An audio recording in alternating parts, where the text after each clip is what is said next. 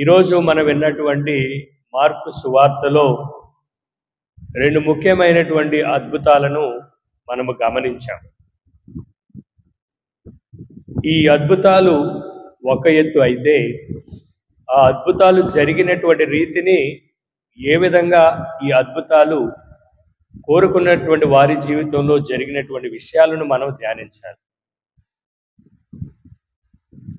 క్రీస్తు ప్రభు పరమ వైద్యుడు. ఆయనకి అసాధ్యమైనది ఏదీ లేదు.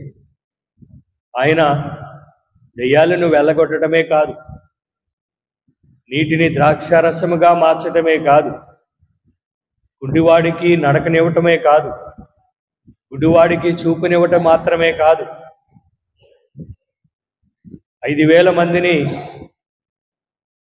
5 రొట్టెలతో 3 చేపలతో సంతృప్తిగా ఆహారాన్ని వసిగేటువంటి దేవుడైన ఆయన మాత్రమే కాదు,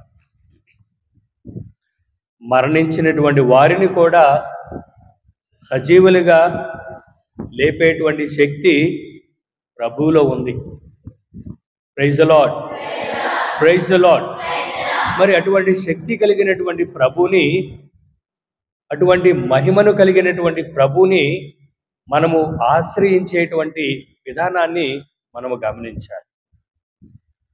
ఈరోజు మనం విన్నటువంటి ఈ సువార్తలో మార్కు సువార్తికుడు రెండు ముఖ్యమైనటువంటి విషయాలను చూడండి. యాయీరు యొక్క విశ్వాసం. ఎంతో ప్రార్థన మందిరములో ప్రార్థన అధికారిగా ఉంటూ ప్రార్థన చేస్తూ అనినిత్యము దేవుని సన్నిధిలో ఉన్నటువంటి ఈ యాయీరు చూడండి, ఆయనలో కలిగినటువంటి ఆ యొక్క నమ్మకం, ఆ యొక్క విశ్వాసం.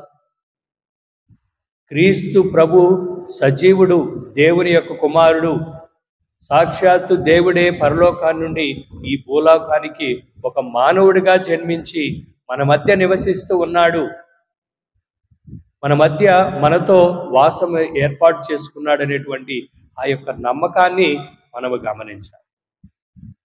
చూడండి, ఆయన పలికినటువంటి పలుకు, యాయీరు అనువాడు వచ్చి ప్రభు పాదములపై పడి, ప్రభు, నా కుమార్తె మరణావస్థలో ఉన్నది, తాము వచ్చి ఆ బాలికపై తమ హస్తముల నుంచి ఆమెను స్వస్థ పొంది జీవింపగలడు అని మిగుల బ్రతిమాలాడు.